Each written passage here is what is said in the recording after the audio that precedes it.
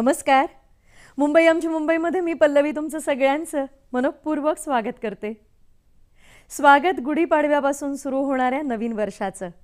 स्वागत श्री शालिवाहन शके 1937चं.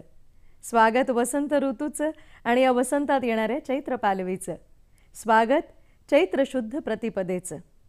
प्रभू रामचंद्रांनी 14 वर्ष वनवास भोगून रावणाचा पराभव करून ते अयोध्येत परत आले, प्रवेश केला. तो हा आनंदोत्सव, या आनंदोत्सवाची आठवण म्हणून गुढीपाडव्याचं स्वागत.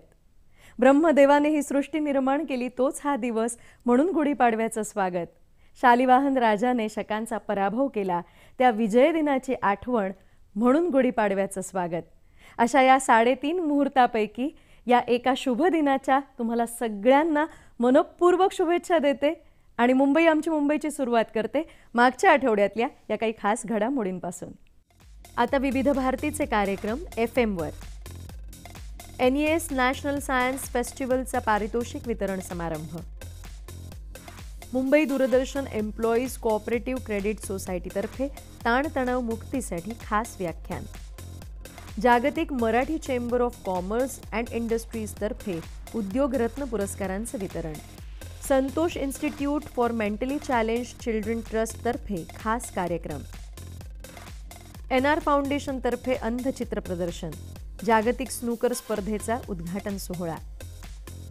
स्वरसाधना समितीचा 50वा वार्षिक कार्यक्रम स्वरसाधनोत्सव. मुंबई आकाशवाणी केंद्रावरील लोकप्रिय कार्यक्रम आणि विविध भारतीची संगीत सेवा हातात हात घालून रसिक मान्यतेच्या शिखरावर होती, यात तीळ मात्रही शंका नाही. त्यानंतर दूरदर्शन आलं. दूरदर्शनने प्रेक्षकांच्या मनावर एक वेगळीच भुरळ घातली, पण तरीही आकाशवाणीचं स्थान काही ढळलं नाही. कारण त्या दरम्यान रेडिओची FM सेवा सुरू झाली आणि घराबाहेरील रसिक श्रोत्यांचे कान तृप्त होऊ लागले. घरामध्ये TV आणि घराबाहेर FM. खरं तर ही FMची आयडिया इतकी सुंदर क्लिक झाली आणि आता त्यातच भर पडलेली आहे ती विविध भारतीच्या FM प्रसारणाची. पाहूयात त्याचा हा उद्घाटन सोहळा.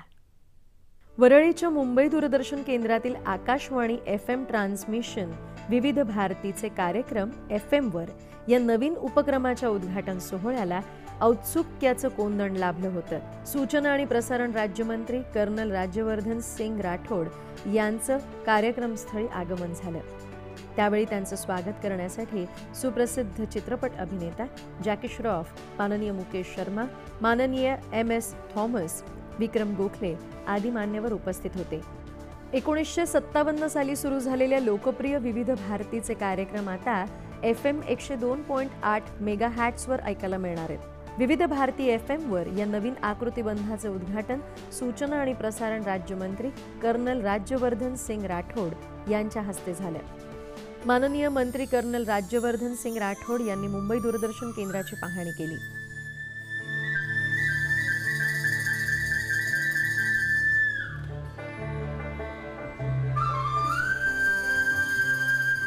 माननीय मंत्री महोदयांच्या हस्ते दीप प्रज्वलन झालं. मुंबई दूरदर्शनचे अतिरिक्त महासंचालक माननीय मुकेश शर्मा यांनी दूरदर्शनच्या वतीनं त्यांचं स्वागत केलं.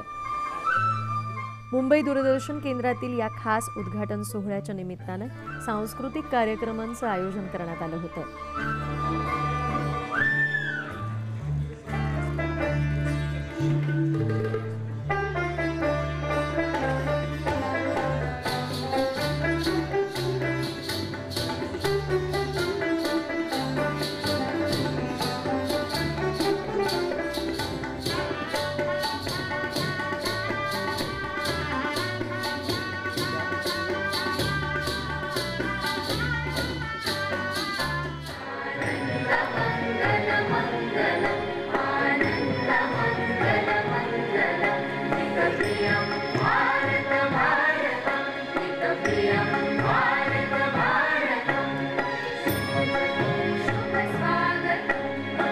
या प्रसंगी मंत्री महोदयांनी आपले मनोगत व्यक्त केले. आकाशवाणी रेडियो जो हमारी जिंदगी में हर समय था,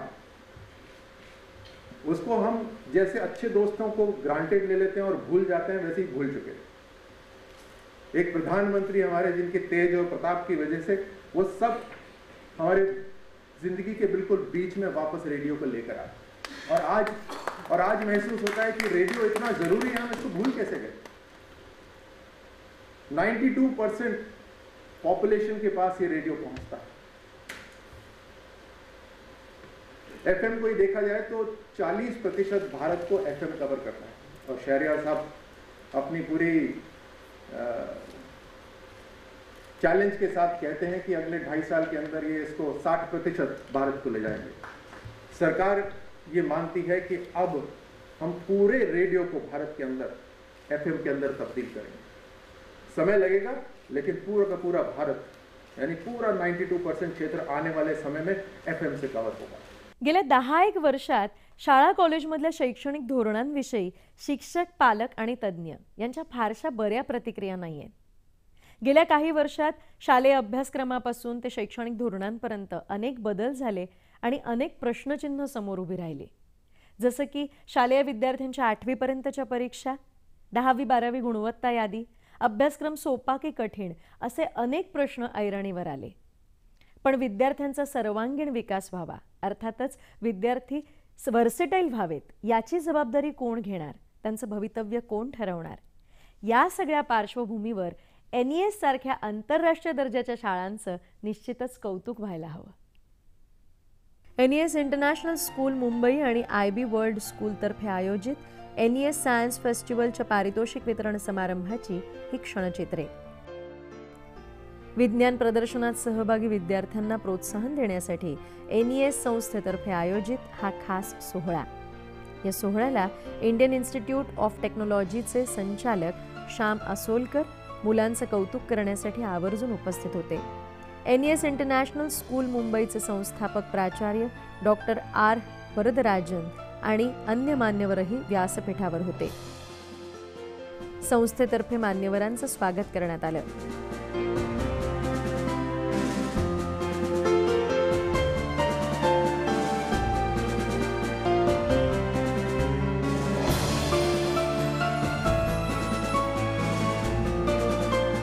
नॅशनल सायन्स फेस्टिवलमधील यशस्वी विद्यार्थ्यांचा या प्रसंगी विशेष गौरव करण्यात आला।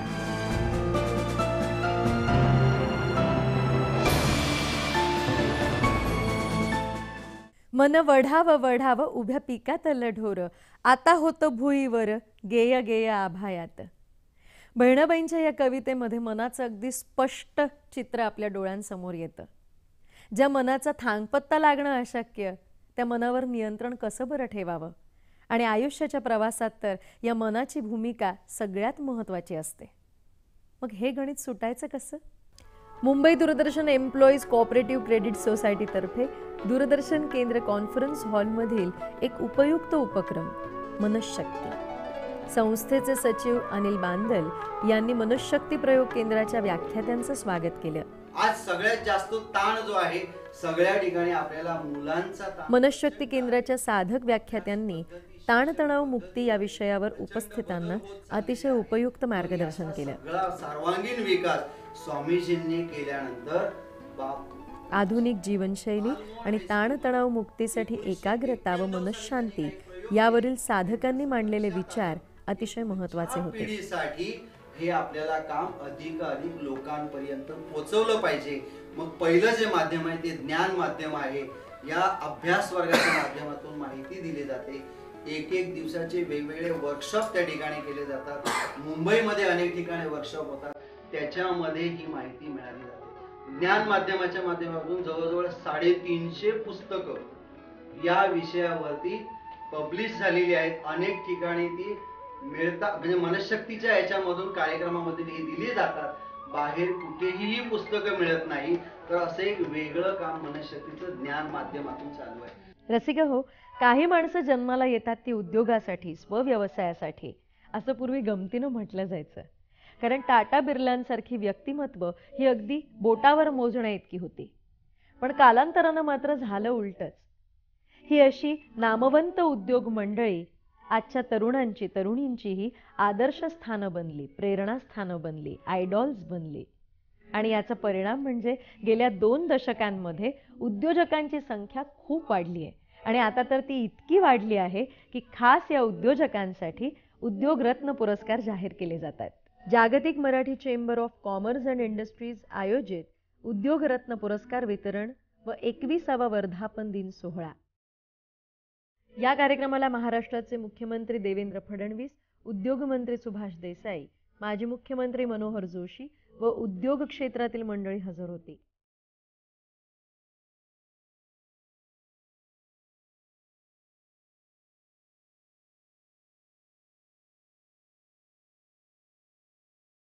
यंदाच्या पुरस्काराच्या मानकऱ्यांना मानचिन्ह देऊन मुख्यमंत्र्यांच्या हस्ते गौरवण्यात आलं.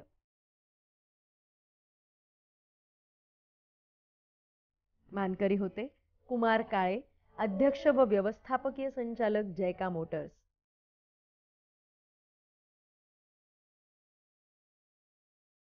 निशांत देशमुख, व्यवस्थापकीय संचालक सुगी डेव्हलपर्स.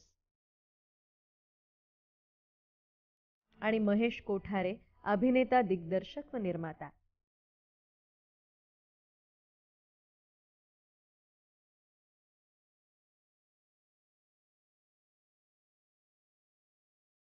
जागतिक Marathi chamber of commerce and industries तर्फे दिले जाणारे हे उद्योगरत्न पुरस्कार उद्योग क्षेत्रात मानाचे समजले जातात.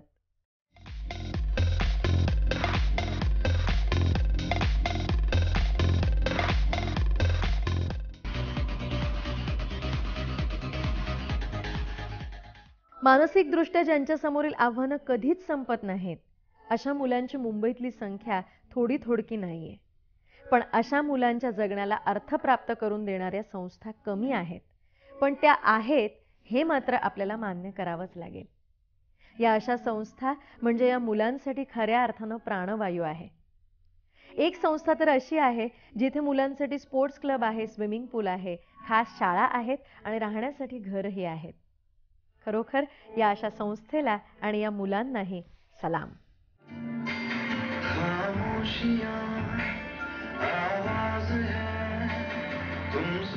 काळा चौकी येथील Santosh institute for mentally challenge children trust या संस्थेतर्फे वार्षिक कार्यक्रमाचं आयोजन करण्यात आलं होतं. शीर्षक होते टॅलेंट 2015. या कार्यक्रमात मानसिकदृष्ट्या कमजोर मुलांनी आपली नैसर्गिक गुणवत्ता दाखवून दिली.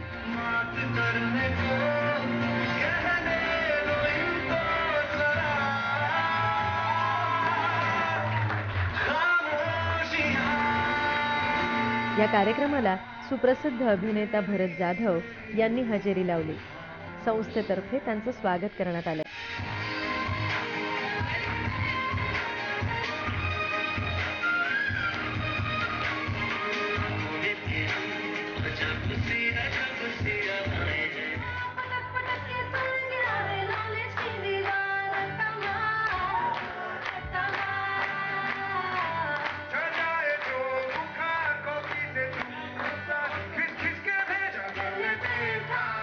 मानसिकदृष्ट्या अपंग कमजोर मुलांसाठी संतोषतर्फे गेली 8 वर्ष निरनिराळे उपक्रम राबवण्यात येतात.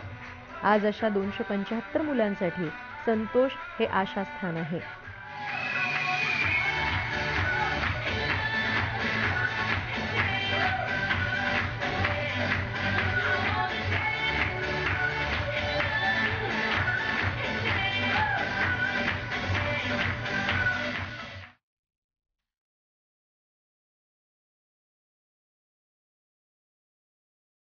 दृष्टीहीन मुलं कलाकार असू शकतात, हा अनुभव आपल्याला आहे. परंतु ही मुलं उत्तमोत्तम चित्र काढू शकतात हे कदाचित आपल्याला ठाऊक नसेल. NR फाउंडेशन या संस्थेने अशा अंध चित्रकारांचं एक चित्र प्रदर्शन आयोजित केलं होतं. चित्रकार मनश्री सोमण, राष्ट्रपती पुरस्कार विजेती, प्रशांत बानिया, फ्लूटसाठी राष्ट्रीय पुरस्कार आणि योगिता तांबे, राष्ट्रीय पुरस्कार.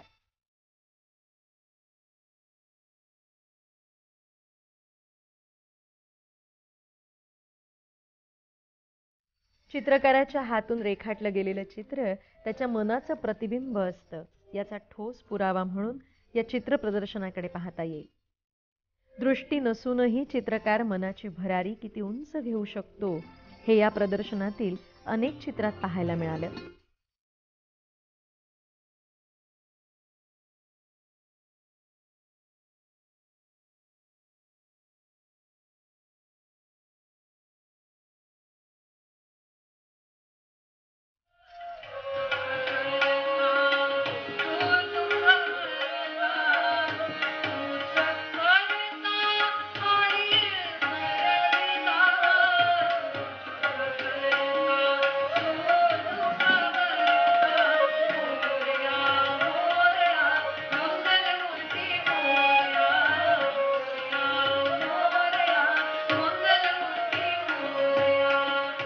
कॅरमच्या अंगाने जाणारा आंतरराष्ट्रीय दर्जाचा इंडोर गेम अर्थातच स्नूकर.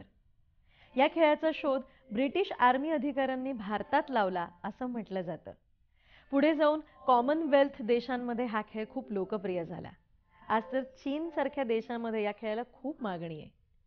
सुमारे 12 बाय 6 फूट हिरव्या रंगाचं कापड आच्छादलेल्या टेबलावर क्यू आणि स्नूकर म्हणजेच वेगवेगळ्या रंगाच्या बॉल्सच्या सहाय्याने हा खेळ खेळला जातो. पाहूयात स्नूकरची ही अटीतटीची स्पर्धा. World ranking snooker tournament India open 2015 चा उद्घाटन सोहळा.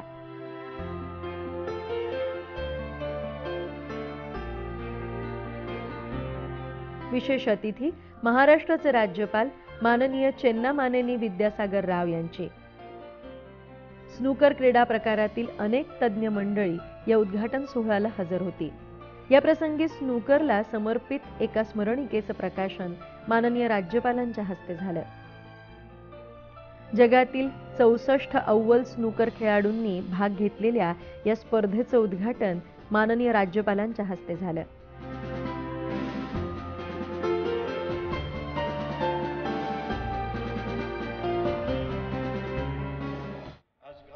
राज्यपाल माननीय राव उद्घाटनाच्या भाषणात म्हणाले, महाराष्ट्र शासनाच्या वतीनं मी प्रत्येक खेळाडूचे, प्रतिनिधींचे, अधिकाऱ्यांचे आणि स्नूकर चाहत्यांचे मनापासून स्वागत करतो. ही स्पर्धा ऑक्टोबर 2014 मध्ये व्हायची होती. निवडणुकांमुळे तारीख पुढे ढकलून ती आज आयोजित होत आहे. या जागतिक स्पर्धेसाठी मुंबई हे ठिकाण निश्चित केल्याबद्दल मी फेडरेशनचं कौतुक करतो. मुंबई ही केवळ उद्योगभूमी नाही, तर तिच्यातील स्रोत नानाविध आहेत. चित्रपट निर्मितीची ती राजधानी आहे. जागेची टंचाई असून सुद्धा बॉलिवूडसाठी मुंबईचं नाव घेतलं जातं. नानाविध स्पोर्ट्ससाठी सुद्धा मुंबई सर्वेसर्वा आहे.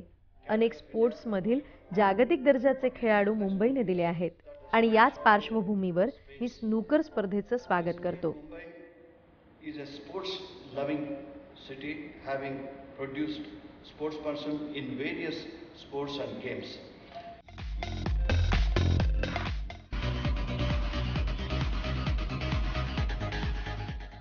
रसिक हो, पूर्वी गुरु शिष्य परंपरेला अनन्यसाधारण महत्त्व होतं. आज ते नाही असं मला अजिबात म्हणायचं नाही. पण पूर्वीपेक्षा आता थोडा फरक मात्र नक्कीच पडलाय. आता हेच बघा ना, पूर्वी शिष्य हा गुरु गृहीच राहायचा. शिष्य गुरुला समर्पित असायचा आणि गुरु सुद्धा आपल्याकडे असलेलं सर्वस्व शिष्याला द्यायचा. आज ही गुरुकुल पद्धती आपल्याला पाहायला मिळत नाही. पण गुरु शिष्य परंपरा आणि त्यांच्यातलं नातं मात्र आजही तितकंच घट्ट आहे.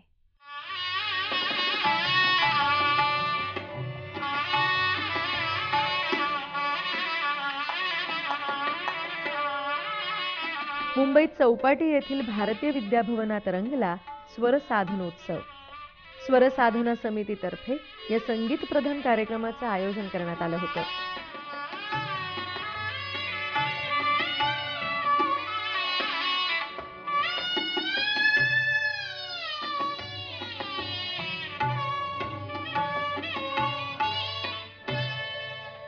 गुरु शिष्य परंपरेला समर्पित या खास संगीत मैफिलीत शहनाई वादनाची जुगलबंदी रसिकांना मंत्रमुग्ध करणारी होती.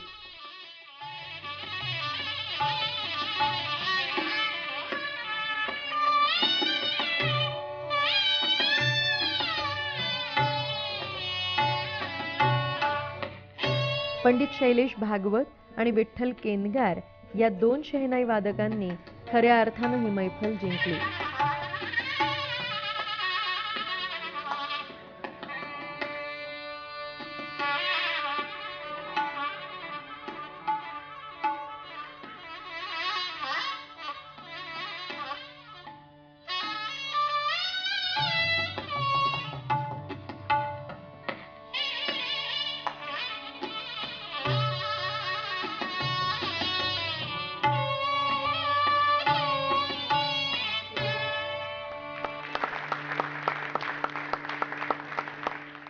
खरं तर गुढीपाडवा म्हणजे नवा उत्साह, नव्या आशा आकांक्षा फुलून येण्याचा दिवस.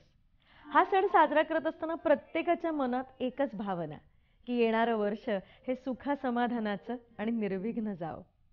नवीन वर्ष म्हटलं की नव्या योजना, नवे संकल्प. मागच्या वर्षाचा आढावा घ्यावा आणि शुभ कार्याला प्रारंभ करावा. खरं तर वसंत ऋतूच्या चैत्र पालवीप्रमाणे या नवीन वर्षाचा आनंद काहीतरी विरळाच असतो, नाही का? या नववर्षाचा आनंद तुम्हाला सगळ्यांना अगदी भरभरून मिळू देत, याच सदिच्छा आमच्या संपूर्ण मुंबई आमची मुंबईच्या टीमतर्फे व्यक्त करते आणि आज तुमचा सगळ्यांचा निरोप घेते. पुन्हा आपण भेटणार आहोतच पुढच्या आठवड्यात याच वेळी याच ठिकाणी तुमच्या लाडक्या कार्यक्रमात मुंबई आमची मुंबईमध्ये. तोपर्यंत शुभ गुढीपाडवा.